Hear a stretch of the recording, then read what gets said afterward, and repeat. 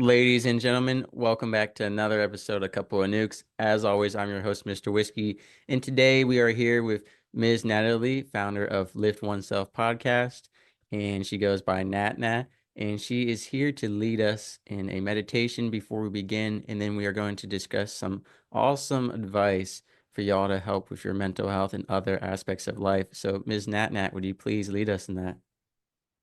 Thank you so much for the gracious introduction. And before we started recording, we were really connecting and having a great conversation. So I'm looking forward to this playful, in-depth conversation that we're going to get into.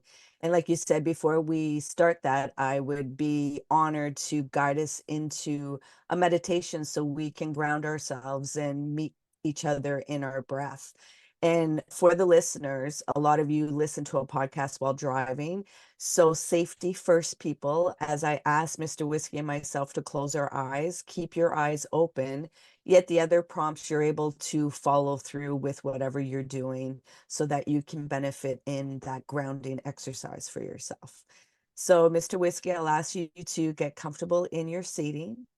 And when you're ready, you're going to gently close your eyes and you're going to begin breathing in and out through your nose. And you're going to bring your awareness to watching your breath go in and out through your nose. You're not going to try and control your breath. You're just going to be aware of the rhythm and allowing yourself to be guided in your body.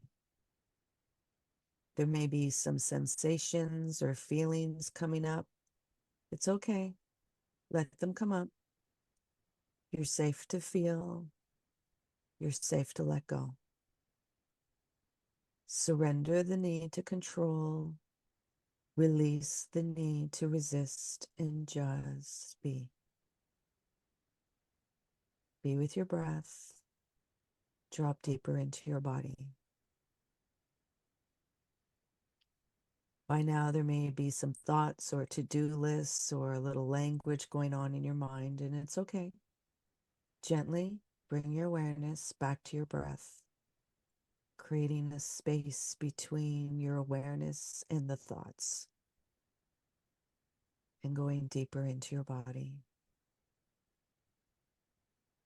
being with that breath. By now, you may have noticed the rhythm of your breathing has changed. Again, don't control your breath. Just be aware. Those thoughts may have popped up again, and it's okay.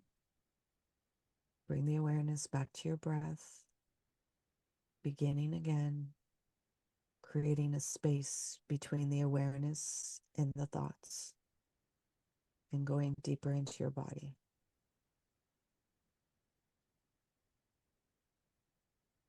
Now, while still staying with your breath at your own time and at your own pace, you're going to gently open your eyes while staying with your breath.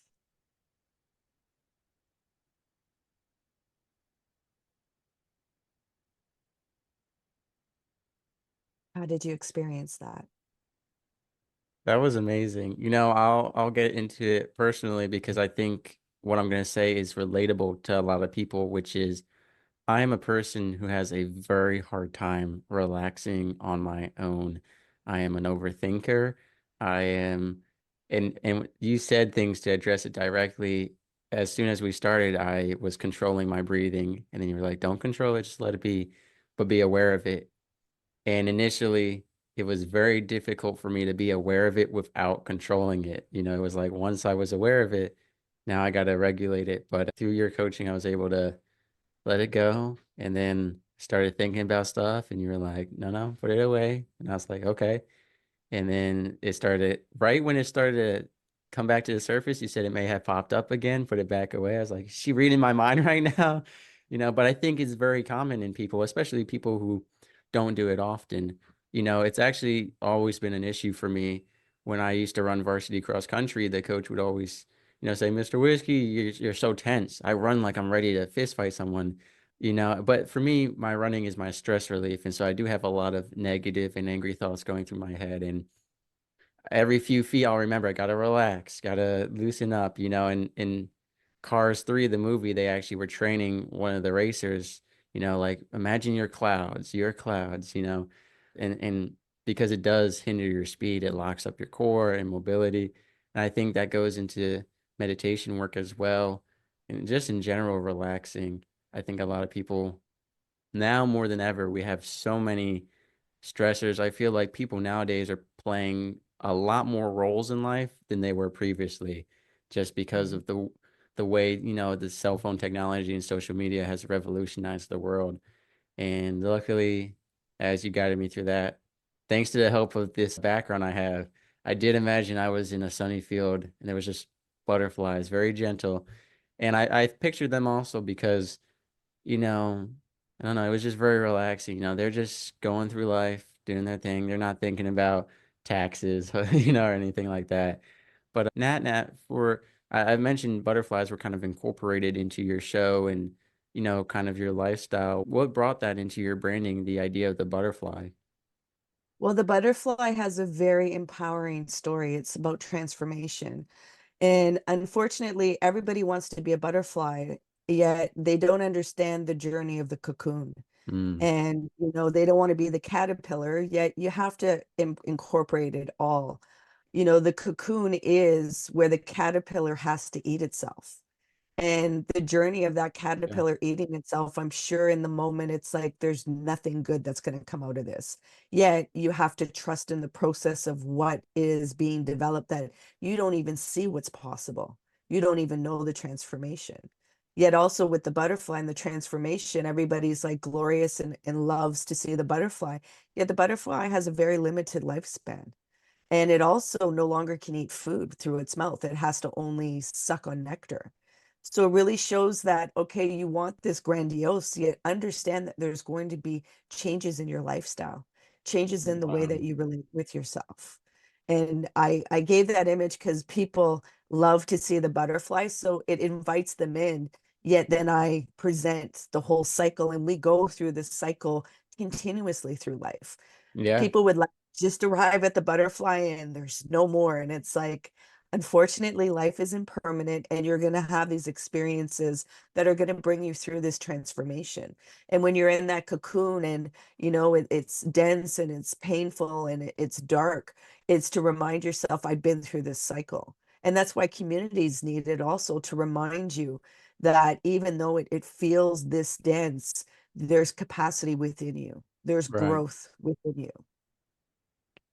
What you're saying is so spot on because in a previous episode with Tien Wang, we were talking about gym and fitness and how so many people, to use the same symbology, if we're all caterpillars, people want to go to the gym and leave the next day or a few weeks later as a butterfly, where the process of the gym is really a cocoon process. We talked about the importance of patience and all of that. And it's not just for the gym, it's anywhere in life.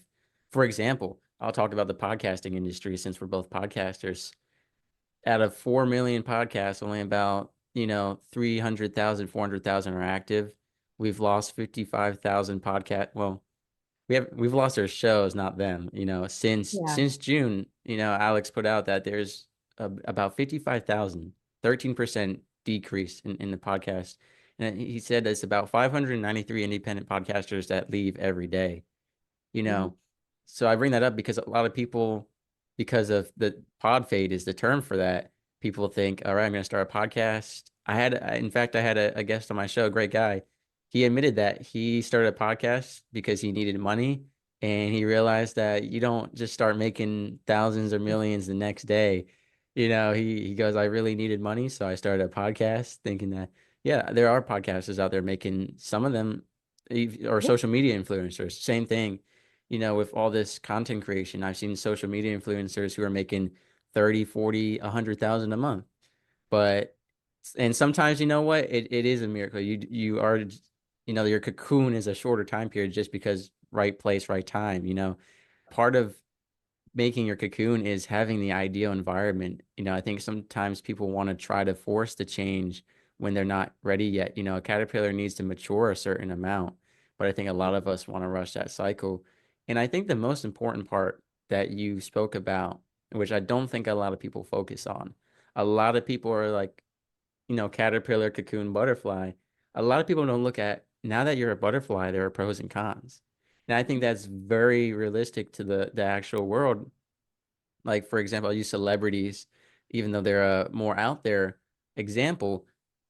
You got the beauty of the butterfly and the fame, but like you said, you can't eat food anymore. As a celebrity, you might not be able to go out to restaurants without people coming up to you. You talked about you summarized it as a lifestyle change. And I think that's so important for people to recognize that. And I think it's one of those things that a lot of people hear it and they're like, yeah, yeah, I know. And it's not until they achieve their dreams that they realize that things are different than what we perceive. So Nat, Mm. I know you help people through all the stages, but let's focus on specifically the cocoon is the roughest part for people. So we'll start there.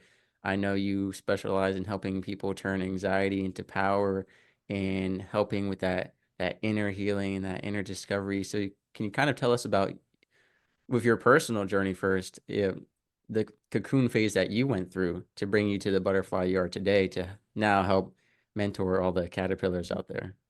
Yeah, I almost died 10 years ago. It's going to be on going on 11 because I was in the hospital. I was hospitalized in March, but I started getting sick in December. I was told that I had lesions in my brainstem and in my cerebellum, and I was hospitalized for almost 40 days, given about 6 months to live. And in those almost 40 days, I went through a battery of tests because they were trying to find what was the cause, what was the Right. diagnosis. And unfortunately and fortunately, they couldn't find a diagnosis. Therefore, I had to be released from the hospital. And if you don't have a diagnosis, you don't have a plan.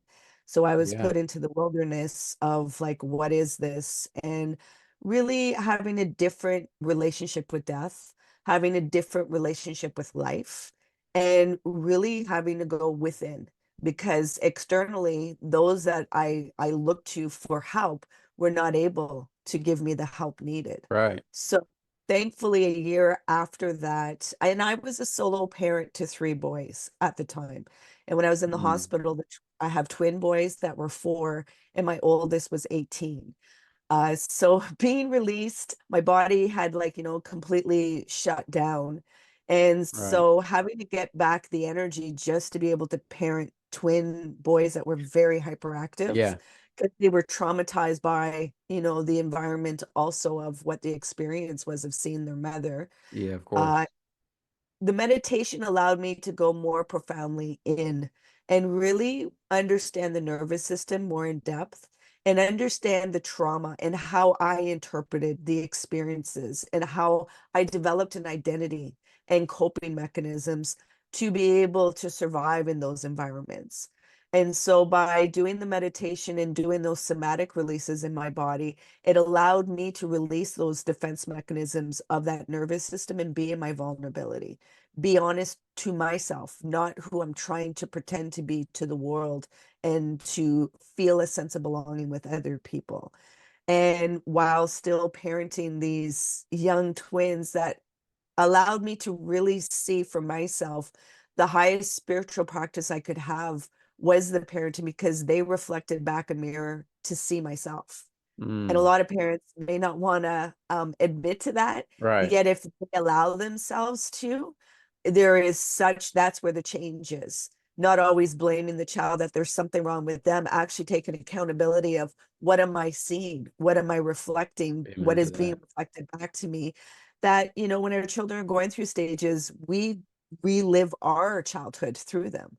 So Mm. thankfully, I had the two that really allowed me to go profoundly and better understand, being trauma informed, understanding that nervous system, and things came back online within my body and the way that my body was functioning and everything else. So then that's when I meditated on it. And that's when I came up with the word lift oneself, how I named the company. And it was basically lifting the ego. And how I define the ego is the defense mechanisms of the nervous system that are guarding you from your vulnerability. So once you release those defense mechanisms and you can be in your vulnerability, you're in the one self. You're in that energy, that frequency, that higher power that connects all of us. A lot of people might hear energy and they're like, that sounds a little woo woo. yet our nervous system is frequency. Like your sensories Yeah, is an energy, and you're feeling these things. We're feeling bodies that think. Our mind gives us meaning. Yet if our mind didn't have meaning, you wouldn't be so activated in your system. It's just that this, once you start putting meaning in this, then it's going to always serve that. And some of your work is to release that meaning, release those belief systems that have been programmed into you. And it's, it's warrior work that I call it. When you're activated and you're in fight or flight, fawn or freeze, this nervous system has taken and hijacked over your behavior and your physical structure. To come into kindness and find relaxation and joy, it's warrior work to do that, because you just want to be on the defense and you're rigid yeah, and stiff. Doesn't feel safe to release that. Like, this has protected me all this time. What do you mean, let go of the armament? I can't go to right, battle without an armament. And it's like, yeah, you're at war with yourself. So once you really understand what's going on, and if you may allow me, you mentioned at the beginning that at times when you're running, there's a negative voice that comes up. for sure. Well, that's, you're activated in your nervous system. Our nervous system is based in a negative bias. So that inner critic that comes up and it's berating you and going, that's your sign that your nervous system's dysregulated and you don't feel safe in your body.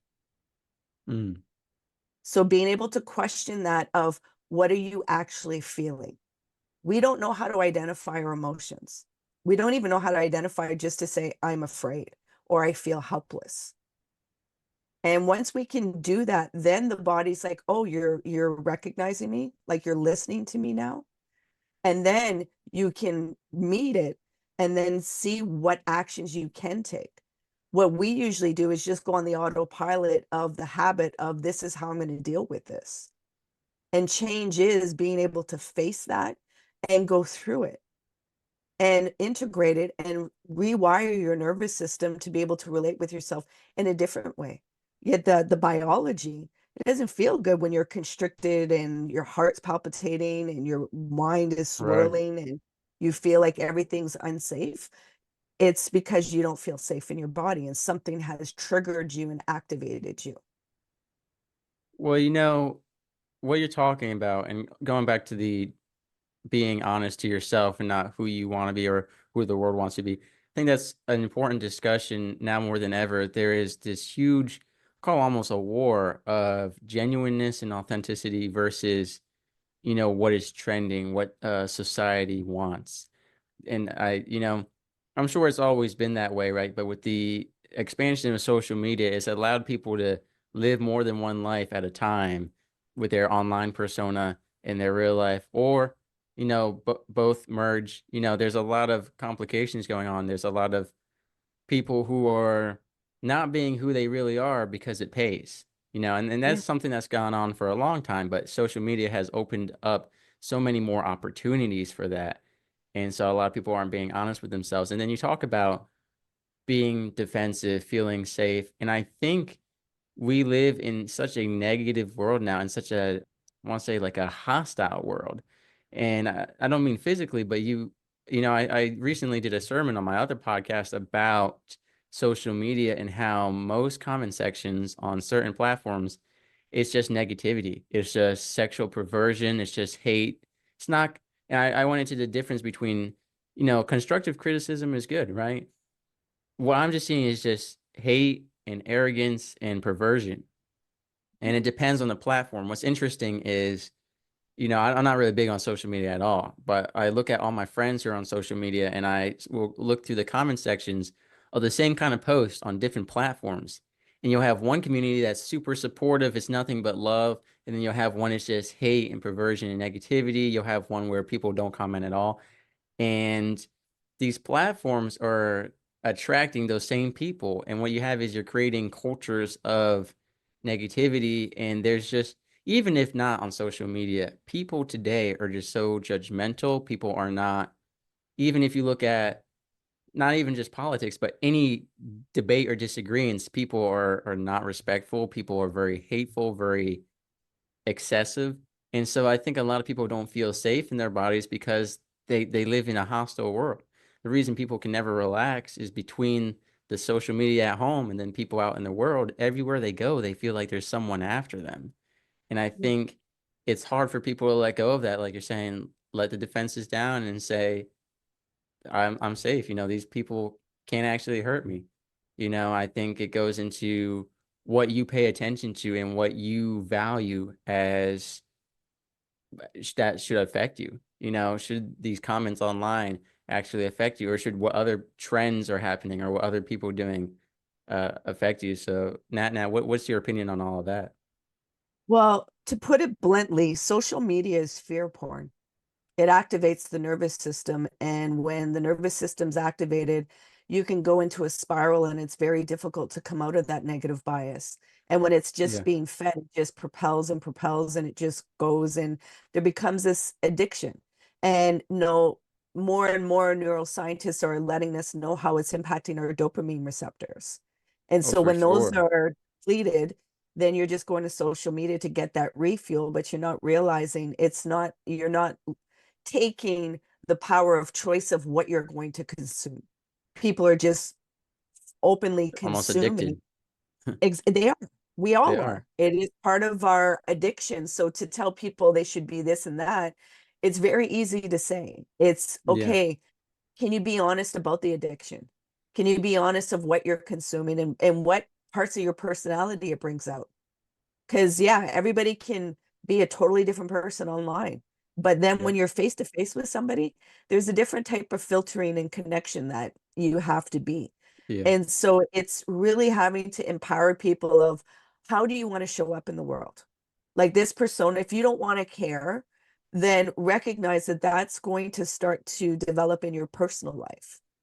And I think we have to take more responsibility. And I thank you for, creating these discussions on the platform of really highlighting like where are we going in this direction. And it's snowballed into a place that, yeah, there's hostility all the time because there's a bunch of dysregulated nervous systems and nobody's taking accountability for themselves.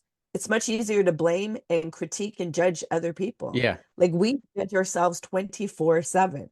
So until you face the judgment within yourself, you don't even realize you're judging other people. You just are think it's the natural and that's how it has to be, not Yeah. recognizing like there's a different way that we can interact in this. But social media is a highly addictive platform now where people can kind of, numb and run away from their own personal problems or Right. personal goals and actions that they can, you know, really use time as a tool, not a toy.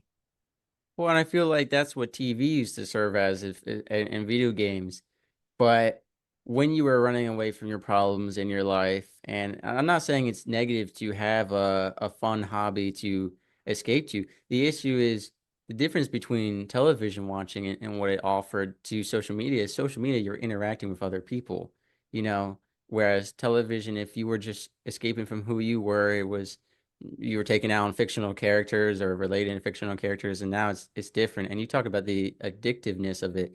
And I was gonna make a comment that now it's starting younger and younger. It's true. We see toddlers with iPads and iPhones, and I'm very against that. I know there's good ways to go about it, but one of the things is it's so addictive. Even I think people of all ages, there's plenty of people who weren't born into a world of social media and phones who are on there all the time. Whether it's Facebook or Instagram or what it is, it's just you talked about people don't recognize or they don't want to acknowledge, and it starts with acknowledgement. I'm going to tie that back into the yes, social media is designed and the companies work to feed you negativity or the same stuff. But once you acknowledge that addiction or that issue, I talk about regulating your feed. Ultimately, yes, there are programs and algorithms, but if you start to filter through and only like and attract good content that is educational, uplifting, whatever it may be, you can do that. And it's kind of like an actual addiction in the sense that as you're doing that, there's going to be temptations. They're still going to send you some posts from what you used to like, and you have to ignore it, because if you go back to liking it, it's going to be a floodgate. There's going to be people in your life who it's just like if you're trying to be sober and dry and the people around you are drinking, that's what it's going to be like because you're going to be with friends who are trying to send you certain types of content or they're looking at that content. So it really is an addiction in all those senses, as much of recovery as it is in the actual consumption of it. Yeah. And recovery, there's a part where you have to cocoon yourself to really understand what the addiction was doing to you.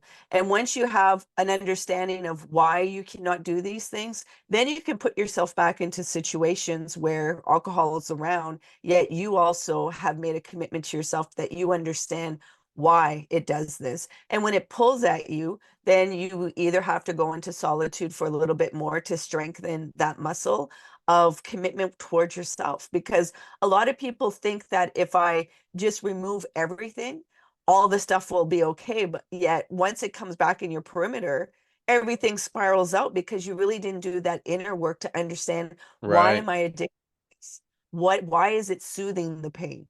Understanding what is the pain that it's soothing. And I think that's the conversation that's lacking. People just want to remove things and take things out. And sure, you can do that. Yet when it comes back into your parameter, because you cannot control life and the environment to a certain extent, then it's like, oh, why am I spiraling out? Why are all the tools that I created, or the house, where's that foundation? And it's like, well, you didn't really go to the pain, and that pain portal that is activating that it needs to be soothed. Did you meet that part? Did you give it language? Did you have better understanding? No, that's very true. Even just like I've done a lot of episodes on alcoholism and drug addiction and dealt hands on with family members, and it's addressing that root cause of, okay, why are you drinking? And then they'll have answers, and then you got to go further than that, and sometimes further than that because it's buried. Like you're saying, the root cause. If you just cut social media out of your life, but you don't understand why it was playing such an important role. And for example, you mentioned dopamine, and that's a great discussion because, for I feel like everyone knows what a meme is nowadays. It's the comedic visual format that describes, I don't even know how to describe it, but y'all know what I'm talking about. That's what most people rely on for dopamine. Yeah. And it's like, think about it. Just think about it. People were happy for years before social media was ever invented. So how is it that you can't be happy without social media? They Yeah. they were invested in other hobbies, other things that brought them joy, and you've just invested all of your joy in one platform, which is a very diverse platform given. But a lot of people, there are plenty of people who don't have lives outside of social media, and that's the issue. With the phones draw us in to this little private world that leads to a public world. But we really need, I know a lot of parents and professionals talk about how children aren't playing outside and, they're not growing up exploring the neighborhood or whatever have you. It does play a fundamental difference in how we invest our time and our joy into hobbies and such. It does. Nature teaches us a lot of things. And if something for the listeners, if you are addicted to social media and you're on, the YouTubes and just doom scrolling, and I do that at times, I have to Of really course. catch myself. It's like, oh, what are you avoiding? What is the emotions? What's going on? And sometimes you just need to kind of do that disassociation because it's just overwhelming. And you just, it's all about honesty. This isn't about an all Right. or nothing perfect. It's giving yourself grace to be honest and go through the process of being able to be better towards yourself. And so understanding that when you're in these social medias and you're going on, recognize when you're outside and you're in an open, vast field, those limiting beliefs diminish because your brain has seen something open and vast. So there is a release and a regulation. That's why they tell you to go forest bathing or go outside in an open field, because it physiologically changes the way that the perception of your mind, because our eyeballs are our brain outside of our skull. And a lot of Yeah. people don't even Yeah. realize that our eyeballs, so it's censoring, what is outside. So when you see that open, vast space, those limiting beliefs start to diminish. And you're able to see an expansionness, and then you're able to feel different physiologically in your body. But when you're in that social media, it's activating your nervous system. Like even some of the information that we're intaking around the world and the wars and the violence, it sends a sense of helplessness because there's no action we can actually take, yet it's ramping us up to want to take action. Right. So what do we dump or we project onto other people to get this kind of hot Exactly. feeling off of us rather than acknowledging it and taking a moment that like this really hurts and it sucks, and okay, now how can I put a feedback loop that's positive, not in a negative way, not just repeat the cycle of what I'm seeing, because that's what people don't realize. They're repeating what they're seeing. We're humans are Yeah. pattern. Oh yeah. So we are just what we see, we're replicating it. It just looks a little different. So people feel, oh, I'm not doing the same thing. And it's like, in the intention of it, yeah, you are. Yeah. And people don't want to acknowledge that. People, especially those that think that they're righteous, they think, oh, no, I'm doing all good. And it's like, no, you're not. There's no way any human can do all good. We're going to do some harm, some mistakes. It may not be intentionally, yet Right. you don't understand internally what's going on and what's activating things. And you also don't understand how it may be perceived by somebody else. You may not perceive it that way. It doesn't mean that somebody else doesn't. And it doesn't mean that it's not Right. impacting them. Yeah, and so totally not relevant to what we're talking about, but you said something that reminded me of something that blew my mind. So you said that the eyes are like the brains on our outside, which is true. That's how we get all our information. If you look at something and you imagine yourself licking it, you already know what it feels like with your tongue, even if you've never licked it. So I read that somewhere online and I was like, let me try this out. I'm looking around the room. I was like, I already know, but I've never licked it. But I know like it could be a wall, it could be like whatever it is around your house. And I just thought it was so amazing that whatever you've touched pretty much is stored in your brain so that if you think about it, so just completely irrelevant. But I just thought that's This what is you this remind me is of. part this is part of our whole thing, and that's what social media understands also. That if we get into your psychological and we get into that nervous system and your emotions and into your sensories, we have you hooked. Yeah. We have you hooked. That's why, people create vision boards. That's why people create a whole life plan. Because if you program your mind to do a certain thing, it will go and activate it. What do Yeah. we usually activate it with limiting beliefs? Because that's what's been programmed into us. It takes a lot of effort and work to program what's possible for yourself. Yeah, and we talked about on a previous episode the reasons you can't sleep, the real reasons you can't sleep. One of the things we talked about is bedrock, which is a lot of people are waking up. And this is why I always pray when I wake up, saying, I pray for a thank you that I woke up. There's, like I said on a previous episode, there are people right now as we're recording who did not wake up today. It's sad. My heart goes out to their families, but there are people who are going to go to bed tonight and not wake up. So I always wake up and I'm glad for the day.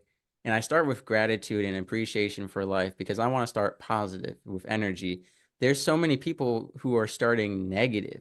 They're waking up and they're dreading the outside world. They're dreading work or a family function with the in-laws, relatable. But, whatever they're dreading, sometimes just like you said something very important, which was people are getting stressed and pent up over events across the globe or somewhere else in the states that they have no power over. And truly, it doesn't impact them. It's just something negative. And that's and then they're not getting a release because humans, we're problem solvers. We want to take action. If we see something going on, we want to intervene. I think that's very human, whether, we want to do something. And if we can't, like you said, it just gets stored up and then Yeah. we're taking it out on other people. I mean, for example, I'm sure we all have someone we could name right now who just watches the news, and then they're just yelling at people. They're short tempered and they're so angry over the news that they just can't change anything. But yeah, so there's a lot of people who are waking up and they're programming themselves. Like you said, they get this negative mindset. They're dreading the day. So the body thinks the world is dangerous. What it's going to do is say, well, let's just stay in bed. This is our nest. This is comfort. This is safe. And that's why some people, they keep hitting the alarm and going back to sleep. Some people just end up staying in bed. Then they're like, well, I'll just work in my bed. I'll just go on my phone in my bed. I'll just have my meals in my bed. And they form a pattern and a habit. And it's hard to break out of that. And even you said that you and I also end up doom scrolling sometimes. But I'm at the point where I have a voice that says, you know, Mr. Whiskey, you're what are you doing? You know? And Yeah, then that there's sometimes I'm like, something. okay, just one or, and this is the big thing that everyone has. Just one or two more, just one or two more, or we'll be Mhm. done after this. And then we see something and it hooks us and then it reels us in. So, you know, we're not preaching to you as perfect people who, you know, NatNat and I aren't like, we don't use social media. We're super self-control. Like we still use social media, but we're aware of our faults and doing our best to address that. And so hopefully you're taking this not as a personal attack, as a negative attack. You know, if it is you, you know, you're part of the system and you just need to get out of that. And most of y'all don't even realize it, especially the younger ones who are being brought up into this, you know, where social media is something starting from such a young age where they're in, like I said, at a young age, they're investing their happiness in online, you know, reels and posts that are funny instead of genuine friendship and connections, jokes about in person with other people. Mhm, mhm. You made a very good point.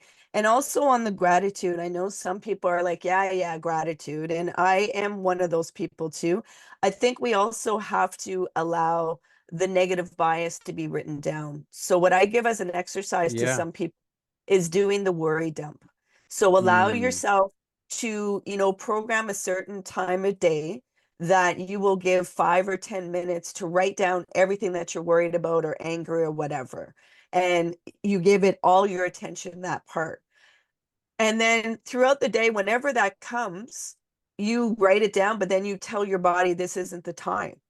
But it also starts to learn, but you will give it time. You won't yeah. just ignore and put kind of like that toxic positivity where a lot of people are just be positive, be positive. And it's like, if that was so simple, the world would be a better place. Yeah, of So course. being able to blend that humanness and meet people where they are and show them where they can go and find the tools to develop, because gratitude is a great empowerment. Yes, a lot of people are not accessing the gratitude muscle, yet it's also okay, well, my worry muscle is too much. Once we start writing things down and it's out of our head, we get to start to see, like, why am I doing that to myself? Like, this doesn't make any sense. You relate with it differently and Yeah. you're witnessing yourself. But if things are just stuck in your head, a narration goes on, all kinds of other stories, and then something builds and builds. When it's something written, you relate to it a bit differently. So it's finding different modalities that will work with the person. Because just cutting off social media for some people, it's like, I cannot do cold Yeah. turkey. I can. I've done that in my life with, because, and only reason why I had to do that is because I had death on my door. So I had no other kind of choice. I Yeah. did, but in my mind, it was no other choice. For other people, it's like, I got to do little by little. And how do you eat an elephant? One bite at a time. So find the things that can shift you 1%, 1%, 1%. And before you know it, like 10% has passed by, 20% has Yeah. passed. But like you said, social media makes it feel like a snap of a finger, everybody's a new person. And I think that has done a lot of damage on people because then they self-criticize themselves and Right. judge and they feel defeated. So the motivation isn't ignited in them. Yeah, and I think you talk about writing it down, and I'll just say for some people out there, like for me, I have to write it down in the form of poetry. That's how I process it better. For some of y'all, it might be artwork. You know, I think there's a lot of mediums you can express, but at the end of the day, getting it out of here and into the physical world through some form. So I highly encourage y'all. And I do like that, Nat, the I think, like you said, a lot of people focus on the positive part, and that's difficult for people to do. I think it's actually a lot easier for people to be like, "What are all the things I hate?" You know, I'm worried about. But if you're using that in the right direction, it can be very beneficial. And so, as we come to a close here, I'd like for you to discuss what you're doing now and to help empower other people, and talk a little bit about the services you offer. Well, right now I'm writing my book and I am Awesome. putting the discipline on myself to really explain my journey and simplify the language of the nervous system so that people can actually, relate to themselves and use practical tools like we did the Right. meditation, right? Oh, I just spoke about the worry. Having conversations like we are, like, how can I make a shift? Even though it's a little bit of a 1%, yet when do it in the real life, because what I'm seeing more and more is a lot of people are, they're intaking a lot of information, yet they're not doing the practical in their real life. Like I know a theory, I know about all this, so they're consuming, yet they're not creating, they're not doing in the real life, they're not applying the things. So that's what this book will apply it in a very simple way that they can use it in their day to day and be validated that like it's uncomfortable to do this stuff. There's a lot of impurities that I call as the alchemy, yet you can transform them into gold. And then when you have the gold, you can also share it with other people. And that's what that alchemy process is, of really knowing what that change is for yourself internally. People can find me on my website, liftoneself.com. So that's LIFTONESELF.com. They can book a 15-minute discovery call to see if my one-on-one coaching services, it's energy healing, if that will work for them. And then also, I have a podcast that's called Lift Oneself, where I have conversations with people around the world. The main thing that I have as an intention for the podcast is to remove the stigma around mental health and to create a community, because healing needs community. We're not to do this all on our own. As humans, we've shown that we were able to evolve because we had community, because humans helped each other. And then you can find me on social media also, Lift Oneself. I made the commitment once I had the lesions, and I had come off social media for about a year. And then when I came back on, I made the intention that I was going to put positive content to have people Right. self-reflect in a world that, satire and jokes, yeah, they get, the viral. Yet if I impact one person, it ripples to a million. So that is where my intention, and it may be slow moving, yet I know it's quality. Amen to that. And so I want to thank you so much for coming on the show. Again, ladies and gentlemen, in the description below, you'll find all of those links. You'll find the podcast, the website. And Nana, I just want to thank you for what you do for everyone and for coming on the show. It's been a great time having you here, and I hope we really help some people out. Thank you so much for having me, Mr. Whiskey. And thank you for what you're creating in the podcast platform. It's truly appreciated. And please remember to be kind to yourself. Thank you. Sailing through the ocean blue, nuclear reactors my crew, guiding the ship, the stars as our guide, through the waves we ride, jokes and laughter fill the air. On this voyage we have to share, working together, side by side, as one family we will abide.